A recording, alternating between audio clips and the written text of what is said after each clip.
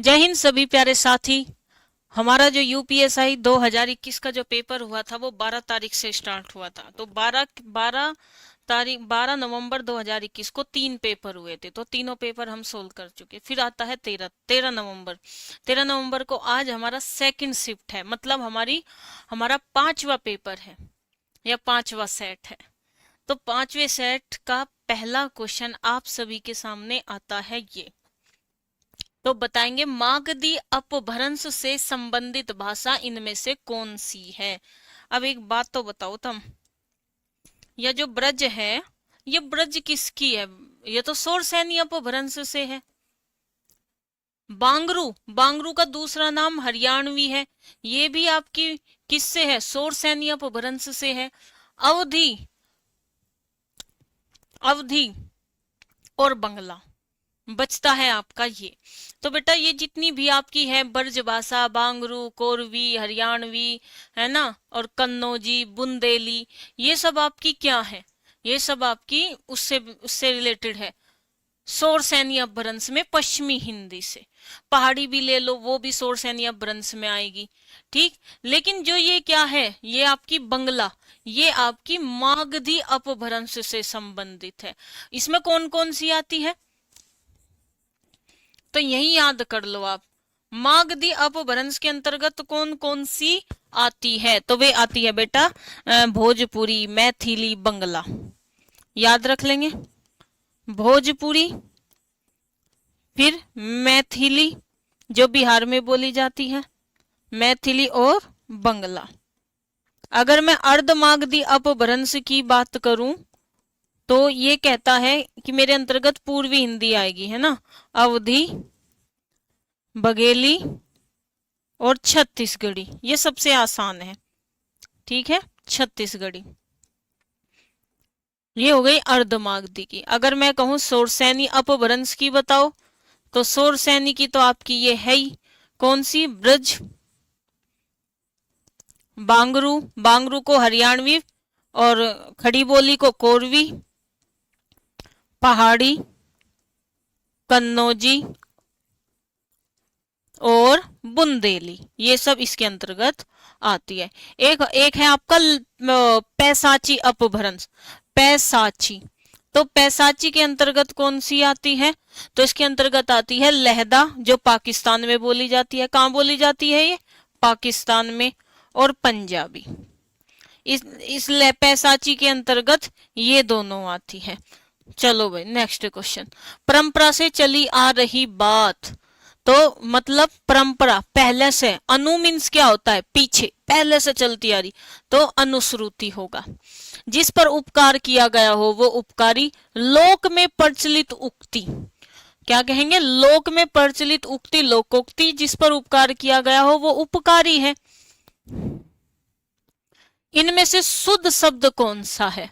तो शुद्ध शब्द कौन सा होता है? ये होता है बेटा अध्येता। अब ये हमें कैसे पता? ये शुद्ध शब्द ये है, मैंने डायरेक्ट लिख दिया, मुझे कैसे पता? क्योंकि मुझसे संधि आती है। कैसे? जो ये से पहले आधा अक्षर है, कौन सी संधि है? यण संधि है। और यण संधि कहती है कि ये से पहले जो आधा अक्षर है ना उसे पूरा लिख दो। ठीक है, और जो ये इसका क्या कर दो? इसका वर्ण विच्छेद कर दो, तो इसमें से ये आ गया। ठीक है, अब यह किस में बदलेगा? यण संधि का नियम क्या कहता है? छोटी ई बड़ी ई को आधे यह में बदल देंगे। हमारे पास आधा यह है, या तो यहाँ छोटी ई आएगी, यहाँ बड़ी ई आएगी। हमें पता है अधि उपसर्ग होता है, अधि उपसर्ग होता है, तो उसमें छोटी ई आएगी। तो ये तो आ गया अधि छोटी ई, और ये हमारा साफ साफ निकल गया एता, अधिधन एता, अध्येता। तो ये कौन सी है संधि? यण संधि है। कौन सा शब्द तत्सम शब्द है?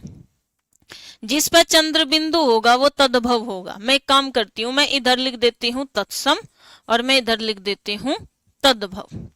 एक एक करके लिखेंगे। अर्क, अर्क संस्कृत का है, इसको हिंदी में आक बोलते हैं, सूर्य का पर्यायवाची है ये। ठीक है, आत्र,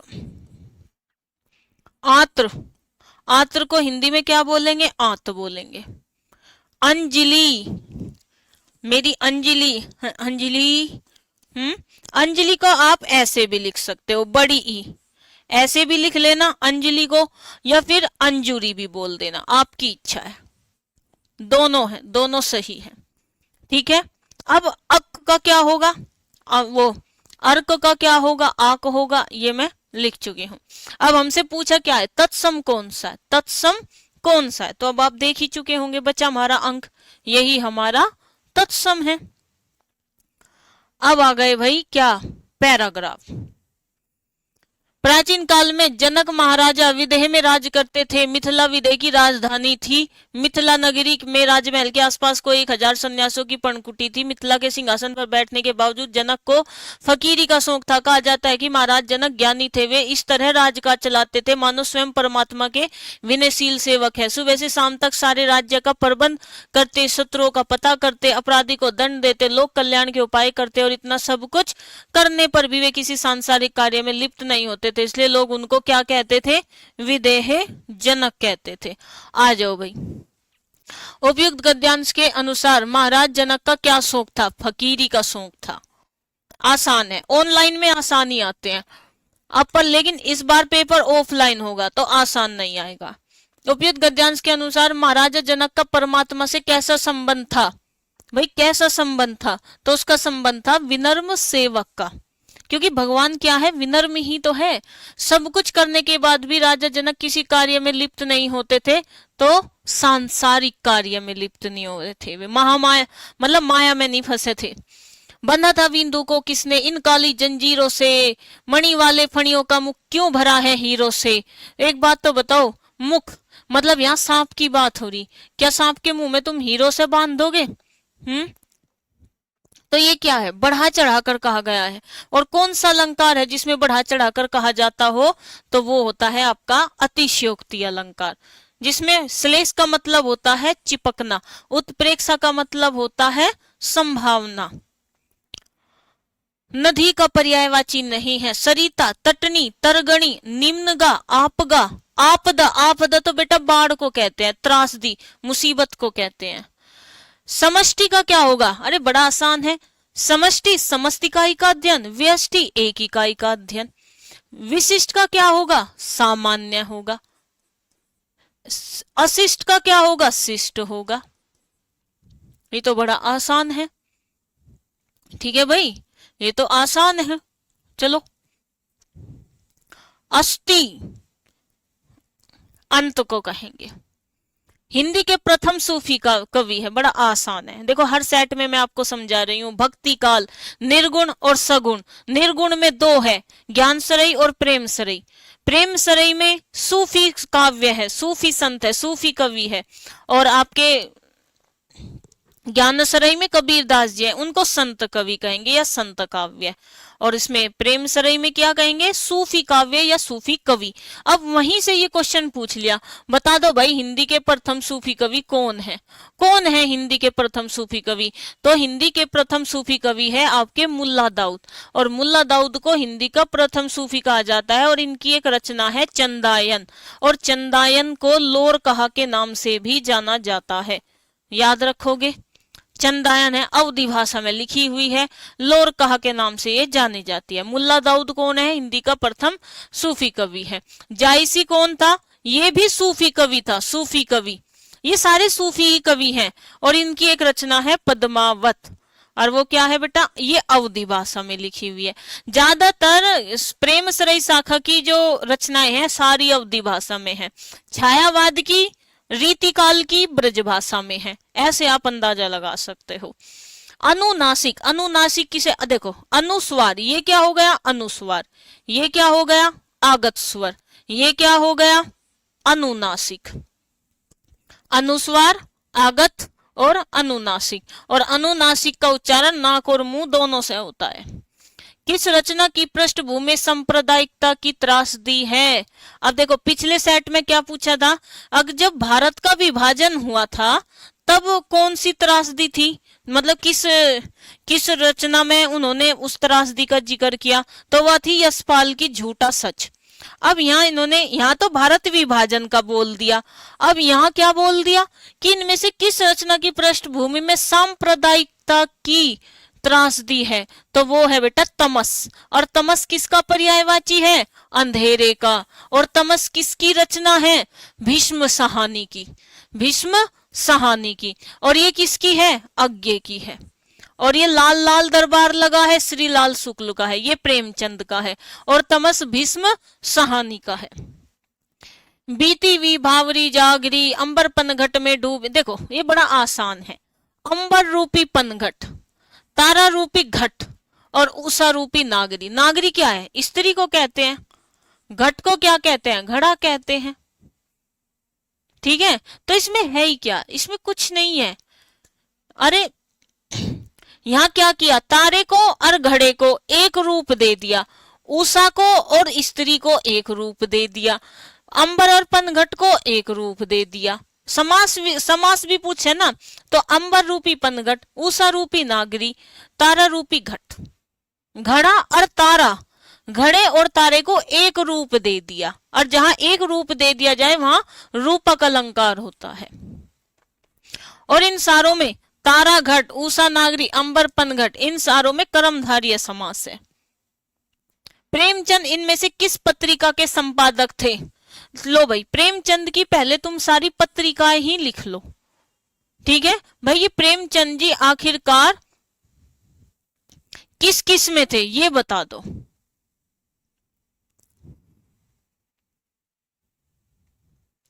ठीक है भाई, बताओ। प्रेमचंद की हंस है। अरे अरे, अच्छा अच्छा, चलो ठीक है भाई, इसमें ऑप्शन पहले से ही है। देखो, ज्ञानोदय, ज्ञानोदय का कौन था? गंगाधर भट्टाचार्य। लिखवाऊंगी इनकी भी, गंगाधर भट्टाचार्य। हंस प्रेमचंद की थी। और ये आपकी दिनमान किसकी थी बेटा? सच्चिदानंद हीरानंद वात्स्यायन अज्ञे की। प्रेमचंद की भी लिखवाऊंगे आप सभी को। मर्यादा, एक मर्यादा भी है, बहुत पूछी जाती है। रामकृष्ण मिशन द्वारा संचालित किस पत्रिका का संपादन सूर्यकांत त्रिपाठी निराला ने किया था? तो वो तो बेटा समन्वय का किया था। किसका किया था? समन्वय का। अब आ जाते हैं खेत रहना, मतलब शहीद हो जाना। क्या? शहीद हो जाना, वीर गति पाना। वीर गति पाना, ये तो बड़ा आसान है। भारत में भाषा के आधार पर सभी को पता है, आंध्र प्रदेश को भाषा के आधार पर अलग हो गया था। चंदायन अभी बताया, चंदायन किसकी है? मुल्ला दाऊद की। और मुल्ला दाऊद कौन है? हिंदी का प्रथम सूफी कवि है। और चंदायन को किस नाम से जाना जाता है? लोर कहा के नाम से जाना जाता है। 3 क्वेश्चन, 1 2 3 क्वेश्चन हो गए। ठीक है, अब इसने कहा कि भैया किस लोक कथा पर आधारित है? तो यह है चैनैनी। चैनैनी। कौन सा शब्द शत्रु का पर्यायवाची है? सारंग ले, सारंग चली, सारंग की ओट, सारंग जीनो पाएगे। भाई सारंग हंस को भी कहते हैं, सारंग घोड़े को भी कहते हैं, सारंग तालाब को भी कहते हैं। सारंग आपका घोड़ा हो गया, सारंग, सारंग तो हिरण को भी कहते हैं। सारंग आपका बहुत है। कुपात्र मतलब बुरा पात्र, कुमार्गी जो बेकार मार्ग पर चल रहा हो। लेकिन अरु, रिपु, बैरी ये किसके हैं? ये शत्रु के पर्यायवाची हैं। नाक का बाल होना, भाई घना ही प्यारा है, घना ही। बादल का पर्यायवाची है जिसके अंत में दय होगा। नीरज, वारीद। देखो यहां क्या है? नीरज में जय है। नीरज में क्या है? जय। तो जय है तो ये कमल को चला जाएगा। अनिल हवा को कहते हैं। नीरजा, नीरजा तो महादेवी की रचना है। ठीक है भाई, आपका नीरद, वारिद, जलद, त्योद ये किसके हैं? ये सब बादल के पर्यायवाची हैं। उष्म व्यंजन है, उष्म व्यंजन कह लो या स्पर्श संघर्षी व्यंजन कह लो, ये होते हैं आपके 4। तो इसमें है आपका बिल्कुल सही है। कौन सा शब्द बहुवचन है? तड़का, माता, किताब, प्राण। प्राण कह लो, प्राण आपका क्या है? हमेशा बहुवचन रहता है, सहायता एक वचन रहता है। प्राण है, आंसू है, आंसू आपका हमेशा बहुवचन में रहेगा। रोम है हमेशा बहुवचन में रहेगा, दर्शन है हमेशा बहुवचन में रहेगा, क्योंकि दोनों आंखों से करते हैं ना दर्शन, आंसू भी दोनों आंखों से निकलते हैं। सही शब्द कृतहीन, कृतिघन, अरे कृतघन होता है, क्या होता है, कृतघन, ये होता है जो किए गए उपकार को ना माने। चलो भाई नेक्स्ट, किस व्यंजन का उच्चारण ताल्लु से होता है, तो कै और च, कै वर्ग, ये हो गया कंठ और ये हो गया ताल्लु, तो च वर्ग के ले लेते हैं, च चरखा, छ छतरी, जय जड़, झ झंडे, ईया। लो भाई कौन सा है इनमें, ये है सी ऑप्शन बिल्कुल सही है। कौन सा शब्द तत्सम है, कौन सा शब्द तत्सम है भाई, ये पूछा है। ठीक, तो कौन सा शब्द तत्सम है बताएंगे। देखो मैं एक तरफ तत्सम लिखूंगी, एक तरफ तद्भव लिखूंगी ताकि आपको याद हो जाए। ये रहा तत्सम और ये रहा तद्भव, फिर आप खुद से ही निशान लगा लोगे। पारद जैसे पारा, पारद क्या है, को हिंदी में पारा कहते हैं। पक्ष क्या है, ख में बदल दो, पंख में हो जाता है। ठीक, और ये आपका क्या है, पवन, पवन, पवन तत्सम है, इसको हिंदी में पौन लिख दो। ठीक, पकवान, अब देखो पकवान बड़ा आसान है, ये तो हो गया तत्सम और एक न खा जाओ, पकवान, ये हो गया हिंदी में। अब मेरे अनुसार आपको कौन सा शब्द तत्सम है, तो लगा दो भाई तत्सम कौन सा है, पवन है, क्योंकि पवन का क्या होगा, पौन होगा। रीति काल को श्रृंगार काल किसने कहा।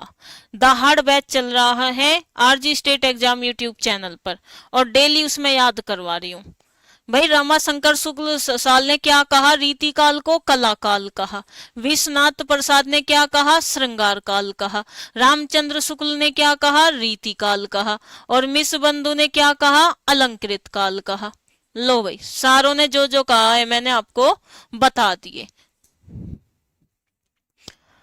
पहला ज्ञानपीठ पुरस्कार तो मलयालम भाषा को मिला था, किसे, जी शंकर कुरूप, जी शंकर कुरूप को मिला था पहला ज्ञानपीठ पुरस्कार।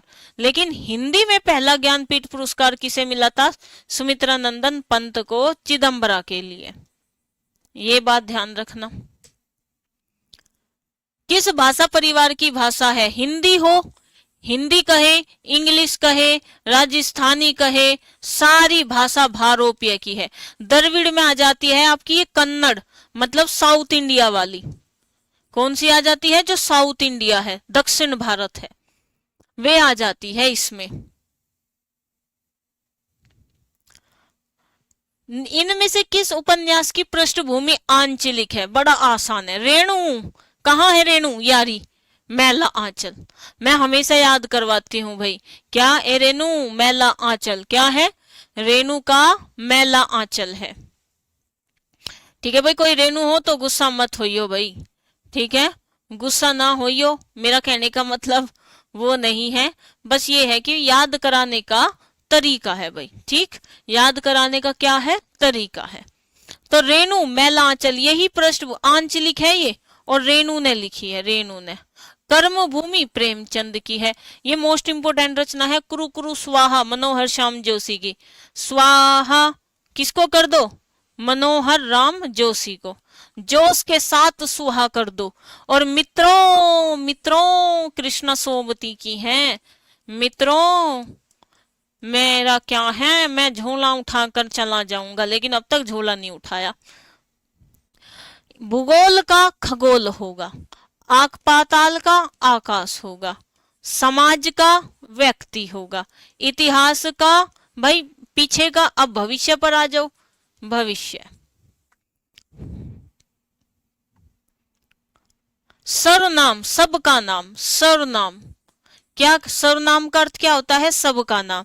बस तुम एक बात याद रख लेना, सबका नाम 6 है, कितना है, 6 है। और मैं तुम्हें हर प्रैक्टिस सेट में याद करवा दिए वे 6, पुरुषवाचक, निश्चयवाचक, अनिश्चयवाचक, निजवाचक, प्रसन्नवाचक, संबंधवाचक। और मूल सर्वनाम कितने होते हैं, 11। संचारी भाव कितने होते हैं, 33। 34वां कौन सा है, छल। जो किसने दिया? कवि देव ने, आचार्य कवि देव ने दिया। जिसका जन्म पहले हुआ हो, मतलब एक तो होता है अंग्रज और एक होता है अनुज। अनु, अनु क्या है? अनु एक उपसर्ग है। अनु मीन्स होता है पीछे, मतलब बाद वाला। अग्र मीन्स आगे। तो ए सी ऑप्शन आपका बिल्कुल सही है। वीर रस, वीर रस में होती है बेटा ओज। ओज का मतलब होता है चमक, चमक। आद्रक का तद्भव क्या है? ये तो बड़ा आसान आया था, ये तो आसान आया था। आद्रक का अदरक हो गया, बड़ा आसान है। कौन सा वर्ण पंचमाक्षर है? अब देखो अंगा, ये इया, ये वाला अणा, ना और मा, ये आपके क्या है? पंचमाक्षर है। पंचमाक्षर कह लो, नासिकीय व्यंजन कह लो, पंचमाक्षर भी आप कह सकते हो। ठीक है जी। पंचमाक्षर, पंचमाक्षर मतलब इसका मतलब है कि किसे तुम बिंदी में बदल सकते हो। जैसे अंबर, आपने अंबर ऐसे लिख दिया, ठीक है, ये पंचमाक्षर, जब भी तो यहाँ बिंदी आई है, आप अंबर ऐसे भी लिख सकते हो। बस समझ गए, इसीलिए इनको पंचमाक्षर कहते हैं। इनको भगाओ और अनुस्वार लगाओ, वो होता है पंचमाक्षर। वर्णों की संख्या, बेटा वर्ण को की संख्या कितनी होती है? 52। लेकिन ये 52 पहले थी, अब कितनी होगी? 53। क्यों? क्योंकि 52 + 1 एक हमारा विशिष्ट व्यंजन ऐड हुआ है। कैसा? विशिष्ट व्यंजन ऐड हुआ है। तो टोटल कितनी हो गई? 53 हो गई। आसमान का पर्यायवाची रसाल आम का है, रसाल आम का है। व्योम आसमान का है। केतन ध्वज का है। केतन किसका है? ध्वज का है। बताओ भाई, ऐसे ही स्पीड में करना है, ऐसे ही स्पीड में आप सभी को करना ही करना है। करोगे तो बढ़िया, फायदे में रहोगे। बस फटाफट कर देने हैं। 40 हो गए। पीडीएफ आपको मिलेगा प्रिंटेबल फॉर्म में with answer key, Hindi by Swati ma'am. Telegram group को जरूर ज्वाइन कर लेंगे। कोई भी डाउट हो इंस्टाग्राम पर जाना, Hindi by Swati ma'am search करना, मैं आपको हर जगह मिलूंगी। ये कैसा लगा प्रैक्टिस सेट और कितने नंबर आपके बन रहे हैं? और अपने सभी भाई बंधु सबको शेयर कर दो। सभी प्यारे प्यारे साथी को हर हर महादेव।